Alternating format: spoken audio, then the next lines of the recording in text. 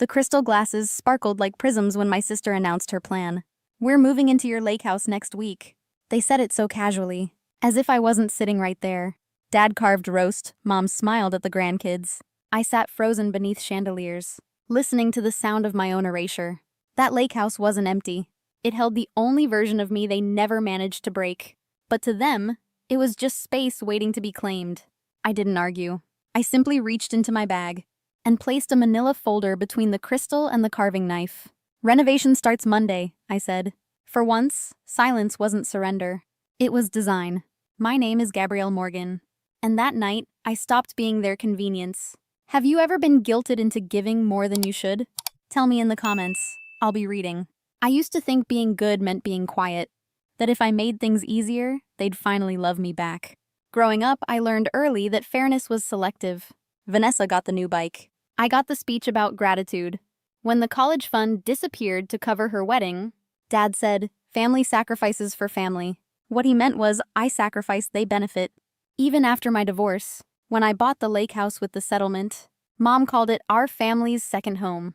They all started referring to it that way, as if the deed had my last name only for decoration. The guilt was constant, subtle, weaponized. "Your sister's going through so much, Gabrielle. You're stronger, she needs help." That's how they disguised the extraction, as love wrapped in obligation. I told myself I didn't mind. I had my work, my independence. But every favor became a leash. Every dinner, a negotiation. Every act of helping, another brick in a cage I built myself. And still, I kept showing up. Birthdays. Graduations. The fake laughter. Pretending I wasn't disappearing inch by inch, so the family could stay comfortable. Sometimes I'd catch my reflection in their silverware. A blurred version of someone trying too hard to belong. The kind of daughter they could use, but never quite claim. That night at the table, when they claimed my lake house, it wasn't just another request. It was a declaration that my boundaries were optional, that my silence meant consent. But they misread me, because I wasn't the daughter who would fight at the table anymore. I was the woman who'd already drawn the blueprint for her escape. They thought guilt would keep me small, but guilt had built the very house that would free me. After that dinner, silence became my sharpest tool. No shouting, no confrontation. Just planning. I replayed their words in my head, each syllable etched like blueprints for my next move. They thought I'd stew in guilt. Instead, I studied leverage. Monday morning, I called my contractor, Miguel. He owed me a favor from a past design project. "Full renovation," I said. "Down to the studs, 9 months minimum." He hesitated. "Your family okay with that?" That's the point. By noon, the contracts were drafted. Permits filed with the city. Timelines stamped and signed. Every signature became armor. Every legal seal. A boundary they couldn't guilt away. Then I called my lawyer. I wanted everything airtight. Ownership, access codes, insurance, power of attorney. She asked if this was about protection. I told her, it's about clarity. She didn't press further. Just nodded, typed and slid papers across the desk. The soft sound of her pen clicking felt louder than thunder. When I left her office, the late afternoon light hit the folders in my arms like gold. Proof of self-preservation written in ink. That night, I boxed up photo albums, every relic of their control. Family vacations, graduations, birthdays where I smiled like belonging didn't cost blood. I kept one photo, me alone by the lake house window, a half smile beneath dust-filtered light. Proof that peace had always lived there, waiting for me to claim it. Miguel texted later. Locks installed. Cameras online. System tested. His words felt like oxygen. I exhaled years of tension I hadn't known I carried. For the first time, I slept through the night without double-checking doors, without rehearsing apologies. The days that followed were a rhythm of preparation. Each morning, coffee paired with new invoices. Each night, a quiet satisfaction that everything was falling into place. I didn't tell anyone at work, didn't post online, didn't warn my family. Let them believe I was still the same daughter. They could overrule. The same sister who'd eventually give in. Sometimes silence isn't surrender. It's strategy breathing. By the end of the week, the lake house had transformed from a sanctuary into a fortress. Motion sensors, new locks, a camera facing the long gravel drive, where I knew the moving truck would one day appear. And as I stood at my apartment window, watching the sun break through Portland fog, I finally understood what control felt like. Not loud, not cruel, just calm and irreversible. The next time they came for what was mine, they'd find more than closed doors. They'd find a woman who'd already built her freedom into the foundation. Monday arrived with the low growl of an engine that didn't belong. Through my kitchen window, I saw it, a moving truck crawling up the narrow gravel drive to my Lakehouse. The burgundy logo on its side gleamed like a warning. Dad's calls had started at dawn. 7 missed. All ignored. By the time I parked behind the construction crew's truck, Ray and his team were already in position. Safety cones, sawhorses, hard hats. The quiet order of men who knew a boundary when they saw one. "Miss Morgan," Ray said, clipboard in hand. "They claim they've got permission to move in." "They don't," I replied, handing him the signed permits. "Proceed as scheduled." The truck idled at the curb. Vanessa stepped out first. Designer sunglasses, perfect hair, chaos behind her. "What the hell is going on?" She pointed toward the construction equipment. "These men won't let our movers through. The property isn't habitable during renovation." I held up the folder. "Permits, inspections, legal notice, all filed." Vanessa laughed, sharp, brittle. "You're joking. We already gave notice at our place. You'll need to find another." Her voice rose. "Where are we supposed to go?" I reached into my bag, pulled out an envelope. A prepaid 6-month storage unit, already arranged. "You're welcome." Storage wasn't what she wanted. She wanted control. "You can't do this. We're family." Family respects boundaries. She turned, marching toward the front door. "I still have a key." I didn't stop her. The robotic voice from the new lock system did. "Unauthorized entry detected. Security alert issued." Her face blanched. "You changed the locks?" "Last week," I said, along with the cameras, alarms, and legal ownership filings.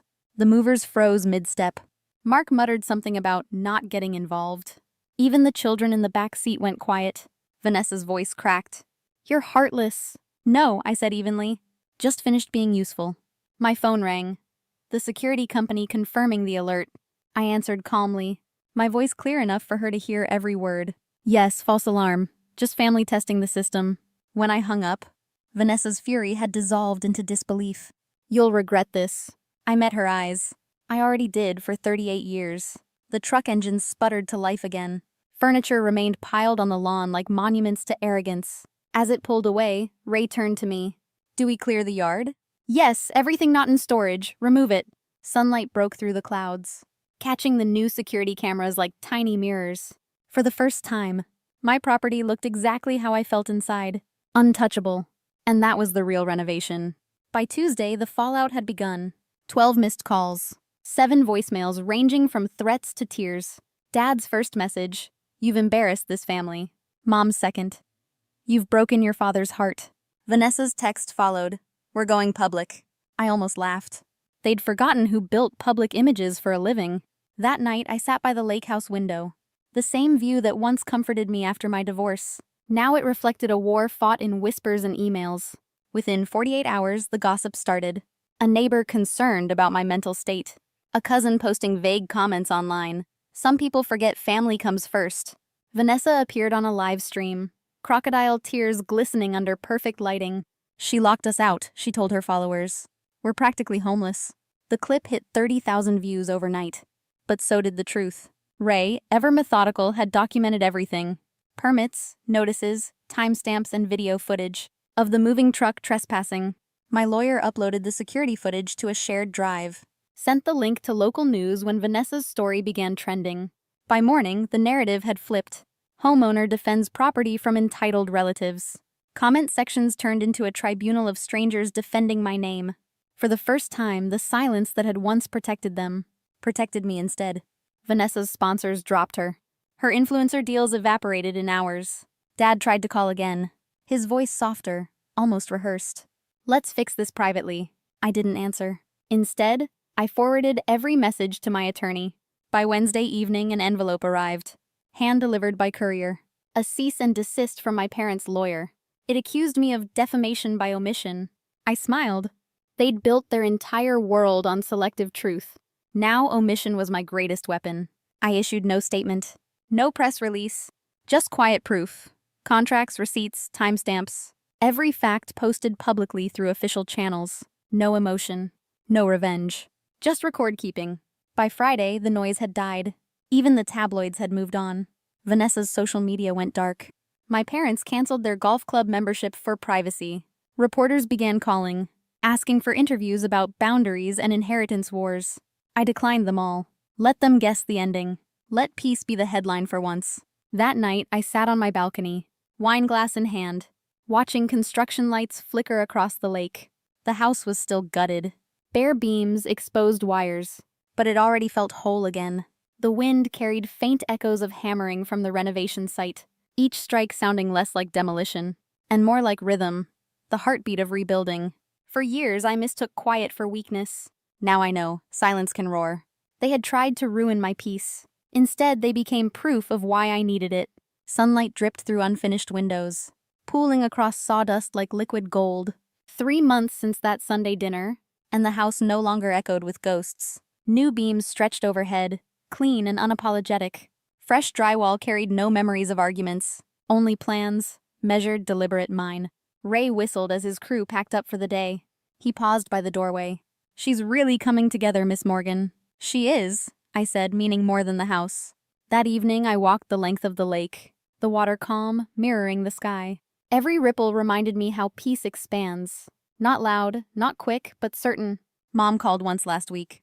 She didn't ask for the house. She asked how I was. The truce felt strange. But maybe some things don't need fixing to be finished. Vanessa hasn't spoken since the fallout. Her silence used to feel like victory. Now it just feels like space. And I've learned to let space be sacred. I hosted my first dinner last night. No crystal glasses. No linen napkins folded like obligations. Just laughter, simple food, and people who see me. The new dining table faces the lake. When the wind moves through the windows, light scatters across the wood, just like it did that night I walked out. But this time, it doesn't sting. It shines. Sometimes peace isn't something you find. It's something you build, nail by nail, boundary by boundary, until the walls finally feel like home. I used to think love meant saying yes. Now I know, sometimes the kindest thing you can do for family is show them the door that leads back to themselves. And when they finally knock again, you'll know whether to open it or not. Before saying goodbye, if this story touched your heart, please give it a like. And share it with someone who needs to hear this today. Don't forget to subscribe for more true family betrayal stories. That reminds us we are stronger than we think.